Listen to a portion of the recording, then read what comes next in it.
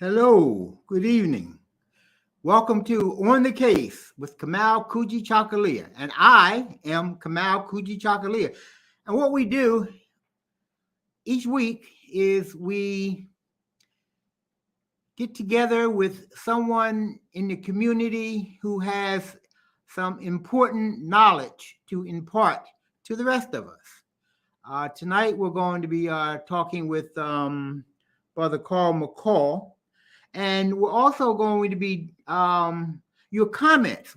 We have this type of format so that we can, so that you can be part of our stream in your comments. So if you make a comment, type it out, and hopefully I'll see it, and we can respond to your comment or to your question, so that you can be even more of a part of our show. Because it's a facts. It's all about you. Okay. I want to bring on. Hey, wait a minute. Hold. Before I bring on Michael, let me. We have an election coming up for the north and south wards of Trenton. The election will be on the 13th, 14th. What's today? The 13th, Tuesday, the 13th. You should already have your ballots. Okay. This got confused because they went back and forth to court, and the judge kept changing. Instead of making up his mind once and then sticking with it, he changed his mind so that the East and South Ward election will be on Tuesday, the 13th. I believe today's the 8th, 7th, 6th, yeah, the 13th. And then the at-large election, which was supposedly decided by Trenton City Clerk, but he obviously messed up. So the judge overruled him. And I think that's going to be on the 24th of January. So get out there and vote. You know, there are some good candidates this time around, some good ones. There's some bad ones still in the race too. So, you know, you gotta sift. You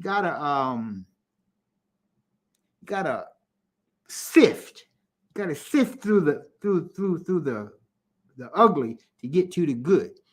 But hopefully, they're going to be on this show in the coming weeks, and you can better make up your mind who is best to represent you right here in the city of Trenton.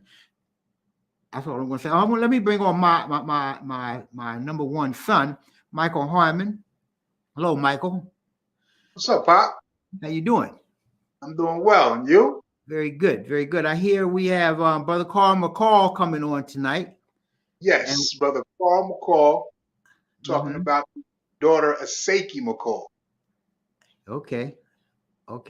Hi, Dana. How you doing? Dana's down there in Alabama. See? So that's my niece too. I want you to know that. Okay. She's down in Alabama, and she listens to us every week. You know. So hi, Day. So I guess without further ado, we can bring on Brother McCall. Brother, how you doing? I'm doing just fine, sir. Very good. First, I'd like to thank the Nubian News for giving me the opportunity to come on your program and express my viewpoints and experience that I'm having with the city of Trenton, especially the city of Trenton Police Department. And I really appreciate having this opportunity because it's not a lot of media that will cover this type of broadcast when you have a concern about the city of Trenton Police Department expressing differential and disparate treatment. Even more important than talking about the concerns of the city of Trenton Police Department or the political system is that the most important thing is that we talk about the people's concerns, your concerns, because you are what makes them.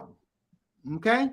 And we have to start understanding that it's us that's important, not them. All right? So I just want you to know that the reason you're here is because of you, because of your heart, and because of your mind.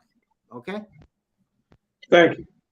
Yes, sir. Yes, sir. Now, okay, why don't you fill us in a little bit about what happened? We know that your daughter, Ahsaki, she died, and brother, that I'm sorry. That's all you. It's all you can say to somebody who has lost a child or any loved one is you're sorry. I'm sorry that happened. Yes, But sir. tell us what happened. It happened on last year, December the 5th. It happened at my house at 519 New Willow Street in Trenton. And that day I was here in the house with my granddaughter, and Ahsaki, she was in the master bedroom with another girl at the time. And I got up to go to the restroom, and when I went to the restroom, this other lady, the door was open. She was sitting on the toilet, just nodding. And I didn't go in there. I called Ahsaki and asked Ahsaki to remove her. So I went downstairs to the recreation room in the basement, relieved myself, came back up, and the girl wasn't in there. I headed back into the living room and watched television. All this happened within maybe 5 or 10 minutes. So I watched TV for a little while, and I went back to that master bedroom where Ahsaki was at, and the door was locked. So I knocked on the door a couple times. The door was still locked, and finally the lady, and her last name was Bert, she opened the door.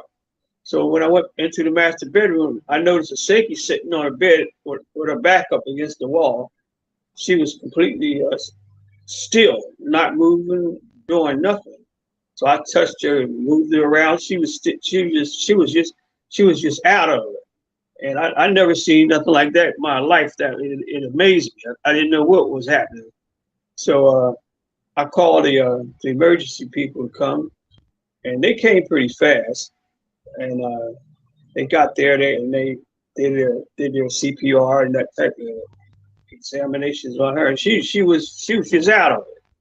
So when the police came, I explained to the police officer exactly what happened, all the events, and that I couldn't quite understand, what had happened to her, because I had just got finished speaking with her. And he went back there and he checked her out, and then the emergency squad, he came in, they were checking it out. So the police officer, he told everybody to leave because he called it a crime scene. So we had to evacuate the bedroom, we went back to the living room, and I guess they performed CPR on Ahsaki quite a few times, some other things, and I was explaining to the police officer exactly what happened, and that it had happened so fast. And look, I knew that something had happened with maybe an overdose or something like that. I wasn't quite sure because I'd never seen an overdose that fast. Because I had experience seeing guys back there in the 60s, 67, 68, in which they had overdosed different types of drugs, but nothing like this.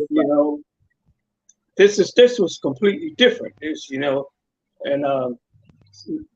And like I said, I've never seen one like this. So that's what I was explaining to the police officer. And they went through the procedure or what have you. And eventually she was removed from the house. Her daughter, my daughter, granddaughter, and my wife there came to the house. We're sitting on the couch in the living room. They was upset. But I kept trying to explain to this police officer about this other lady here went outside, and she probably brought these drugs into the house, and that he should talk to her, interview her, and find out exactly where she got this substance from, right? And they could probably investigate, probably capture or talk to the person who brought it to the house in the car. But they did absolutely nothing. They did nothing to the remarks I made and the requests I made. So that's basically what happened. I never thought I would receive such treatment like that from a police officer. Definitely was different. And I felt that if I was a white man talking to a police officer about this event that happened in their house, he would have took better action, some kind of action. They did nothing. They just went through the procedure of claiming the body and removing the body from the house. Even after she was removed from the house, it was just that police officer there. I don't know what they did, if they did anything. And for several days after the event, I called the police department to find out had they initiated any kind of investigation or if they needed any additional information from me. And I couldn't get in contact with anyone because nobody was assigned to the case. I took, maybe it was about 2-3 weeks before I found out who was assigned to the case and could get in contact with them. So it was not done in an efficient manner. And I really felt kind of upset about how they were treating me. But I try to handle myself, in a mature and professional manner because I try to treat people, with respect. But totally disregard for the situation I was in. And I know they weren't following any kind of policy and procedure because I even asked them, what is your policy and procedure for conducting investigations and handling these kinds of incidents? Several times, and they never gave me a copy of their policy and procedure. So wait a minute. They didn't find out where the drugs came from so that they could, number one, apprehend the person who had these fentanyl-laced drugs, and number two, to make sure that nobody else died because of them. So they didn't do anything. That's correct. That's correct. And what happened also within the next 30 days after Ahsaki's death, there were at least 2-3 other girls, black girls, who passed away from the same type of drug. There was a lady that she lives on Spring Street. She works at the nursing home up there on Bellevue Avenue. And she told me one of her co-workers' daughter was found in the bedroom. Right? This lady, she was so upset about what happened, she left Trenton before I could even get a chance to talk to her. And there was another girl the same way. They found her in the house, just still. This drug, it kills you so fast. I went to the internet and I did a little investigation on the internet, and I found out from the time South America where they harvest fentanyl at, the people that harvest fentanyl are dressed in suits like they're working in some kind of atomic energy plant. Follow me? They're completely guarded with that kind of equipment so that they don't touch it. And then they harvest it, they take it to another place where they package it. The people are in the same type of uniform, and I found out that it, less than a grain of salt. You touch it, you're dead. That's the way this drug affects somebody. And to be classified as an overdose, that's nonsense. It's not an overdose. This is poison. Because when I met the mayor, I stressed that to him. And I met the mayor on April the 20th. There was a mayor and one of the captains, I think it's Captain Slack, and this other guy, Andrew Bobbitt. I had a meeting with them. And I was explaining to the mayor that I gave him a little example.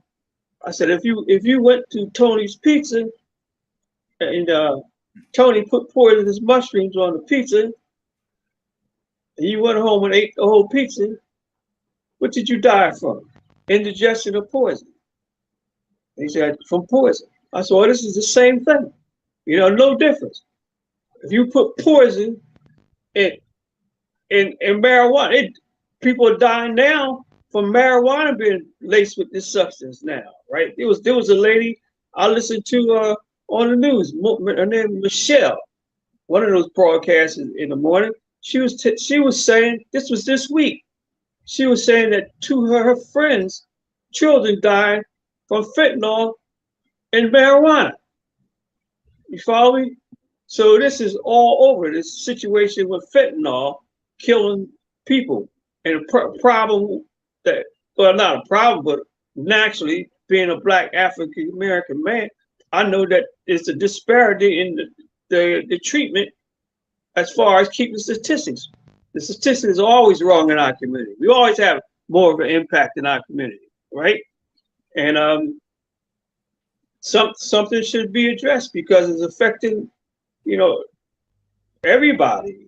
Everybody. I was out to there. They had an affair out the UN Community Center back there in the summer, and I was out there. I walked around, and they were talking about drug overdoses and how they were working with people affected by drugs.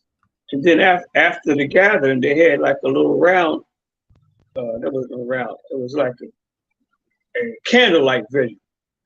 It was a candlelight video. So I walked over there where they had everybody in a circle, candlelight video. Got one of these little lights. Couldn't light. I couldn't. Didn't know how to light it up. So this lady, she helped me and had to light this candle. We walked over there together, and you know, there were people testifying and talking, and she was kind of upset. I didn't know what was bothering her. She was kind of upset. She started telling me that she found her grandson in the bedroom the next day, still. Her grandson had died from fentanyl. You follow me? These are the kind of stories you hear all the time. About a month ago, my neighbor, right here on Willow Street. This candlelight thing you went to, was that for in memoriam of people who had died from fentanyl? No, it was sponsored by the county. So they had a lot of people from the county there and different organizations there to address drug overdoses and how, you know, like a treatment for drugs, you know. Do you think this was a murder? It's a homicide.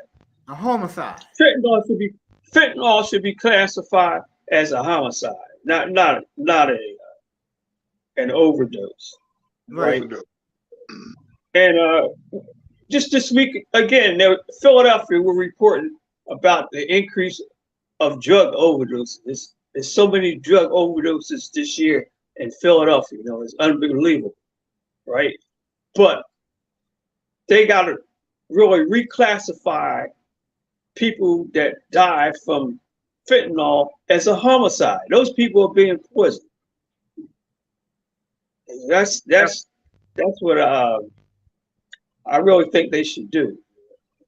Based on the amount of deaths, how they happen so fast, and they know how detrimental killing this drug is, right? You could touch it and die, right? Now, you're not going to touch no cocaine or opium and drop dead, right? You see what I'm saying? So to classify fentanyl with those two drugs, that's an error. That's, you know, I'm sure any biotechnician or chemist would tell you that's definitely an error. They're two different types of drugs, and the impact is definitely different. You know, this fentanyl, you better getting shot than mess around with fentanyl. It's terrible. Terrible. So, tell us a little bit more about Ahsaki. Oh, Ahsaki, she was a nice person, real nice person. Ahsaki, like I was telling you, Ahsaki, her name is a West African name, means beautiful. That's what Ahsaki was, beautiful. People that knew her, they all tell me how nice Ahsaki was, how pleasant a person. Ahsaki was born in 75, right? She's my first born. She was born in 75. Yeah. But she was a professional girl. She got along with a lot of people. She wasn't no drug addict or addicted on drugs. She's just got a hold of something wrong. That's what's happening to a lot of our young people now. They get caught with something, and somebody brings something, and they don't know what's going on, and next thing you know, they up against the wall dead. Right? It's the same story all over the United States. That's what happened with the youth. Now we have especially Bishop since they start lacing fentanyl with the marijuana. All right. You know, we have Bishop Fulton Parham on right now, who's saying that the victim advocate department was supposed to reach out to the family. Did anyone reach out to you or your family?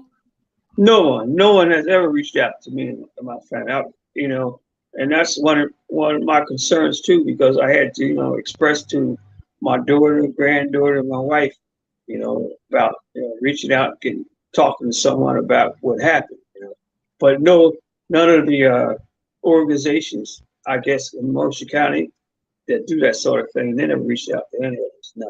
You know, it's like if poor and or black, brown people die of something to do with drugs, then it's okay. You know, they shouldn't have done that. You know, but this is a case where there's a poison on our street, and that's right. The authorities should be responsible enough to get them off our street so that no one, not just your daughter, but no one dies from these poisons, and they're not doing the job.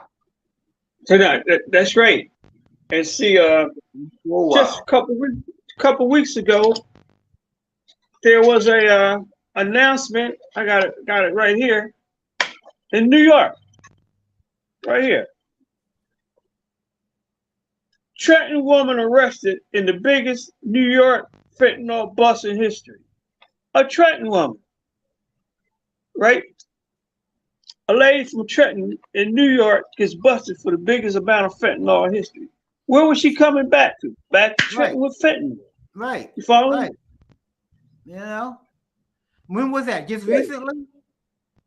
This is October. This was in October the 5th this year.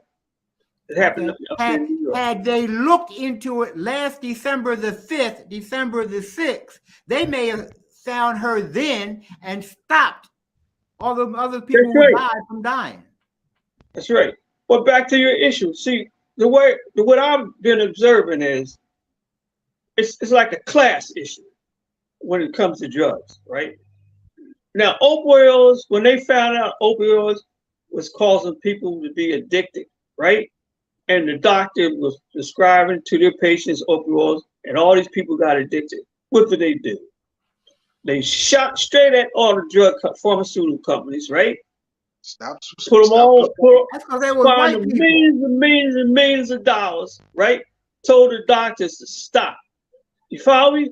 But that's a different class of people, all right? There's a higher class of people, plus the doctors are the dealers. They selling these drugs, right? When it comes to fentanyl, you deal with another different class of people, and you're dealing with a drug dealer. You see what I mean? They haven't addressed this at all, but they addressed that opioid problem, right? You see what I'm saying? So it's a class thing, and that's what the people got to understand.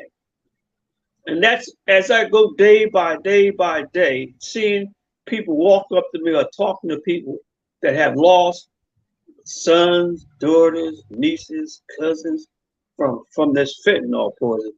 I see that it's a real problem, and this struggle that I'm having now, trying to bring it to the attention, involves more than my fight with Ahsaki. You follow me? You understand? It's more than what I'm trying to do with Ahsaki. It imposes a whole group of people that have lost family members that aren't being addressed right by the system. Something's got to be done at the city level. Like some cities, some municipalities, they're locking these guys up and charging them with homicide. Okay? Trenton's got to do that. It's got to be changed at a state level or a federal level. It's got to go all the way up to where this is identified as a homicide not an overdose. That's what it is. It's a homicide. It's like our tears, our heartache ain't as bad as their tears and their heartache. So they just let us fend for ourselves out here. So now, when you talk with the mayor in April, and you said there was a police officer there with you, what did they say they were going to do? Did they say they would start an investigation, or did they just say, "Oh, sorry to hear that," and that was it?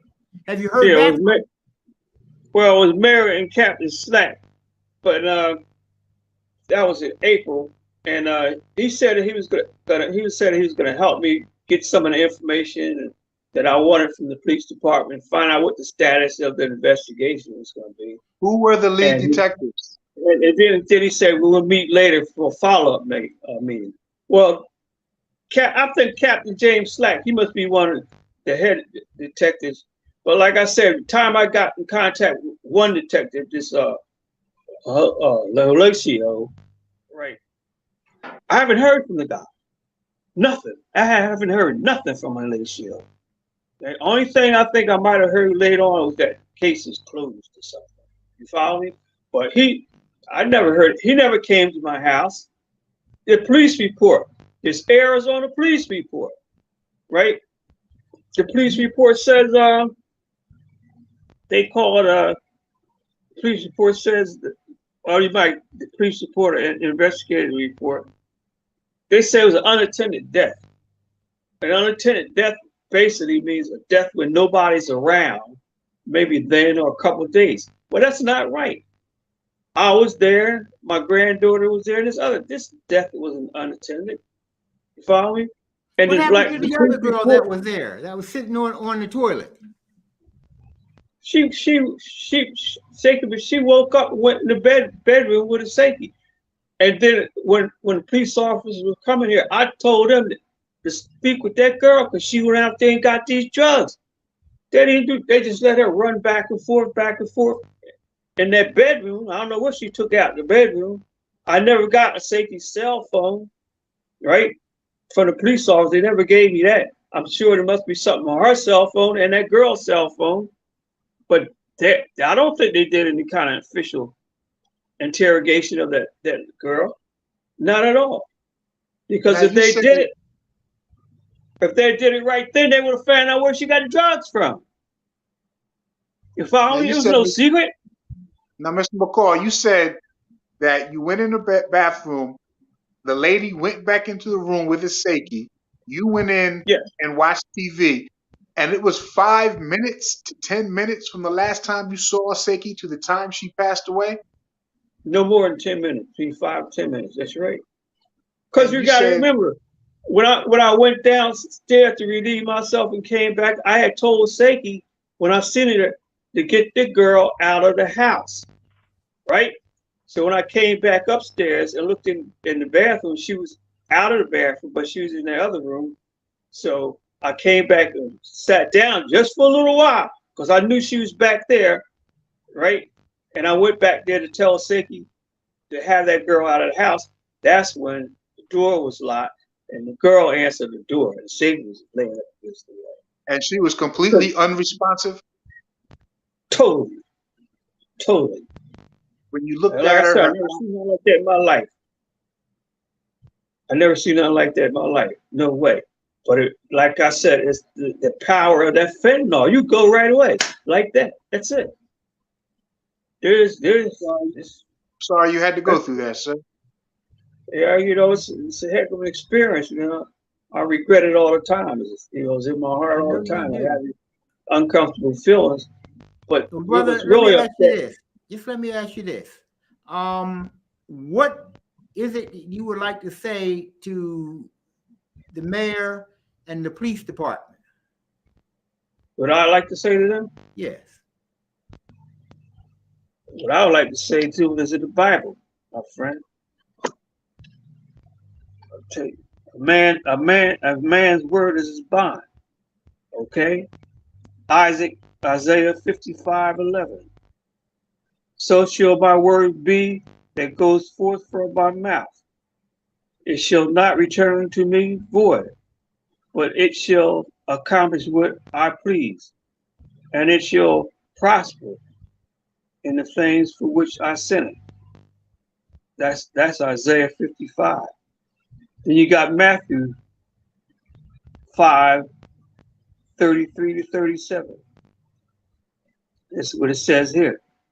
Again, you have heard that it was said to those of old, you shall not swear falsely, but shall perform to the Lord what you have sworn. But I say unto you, do not take an oath at all, neither by heaven, or for it is the throne of God, or for the earth, for it is the footstool, or by Jerusalem, for it is the city of the great king. And do not take an oath by your head, for you cannot make hair white or black. Let what you say be simple, yes or no. Anything more than this comes from evil. And you know, When you make a promise to a man, that's right. if That's you right. see him again, That's right. that's your bond. That's right. So You're right. when this man made a promise to me that we're gonna have follow up, and That's I right. wrote him back here on August the 8th, and I haven't heard from him, he's the devil. That's right. And all those other people.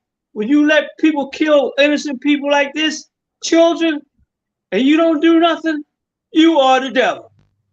That's And right. only thing I can do for the devil is read the Lord's word, put it in his hand, because I'm a man of faith. That's why I got this far, by faith alone. And that's why you're here, brother, because you're a man of faith too. And you know this is wrong. That's right. That's right. Right? Word is bond. And Brother McCall, thank you, man. I appreciate you coming on. I appreciate. I know it hurts you. I know it. I'm sorry, brother. I'm really, really sorry for your loss. You know, but I thank you for standing up and not just letting it go. Okay, and we appreciate you coming here on the case tonight.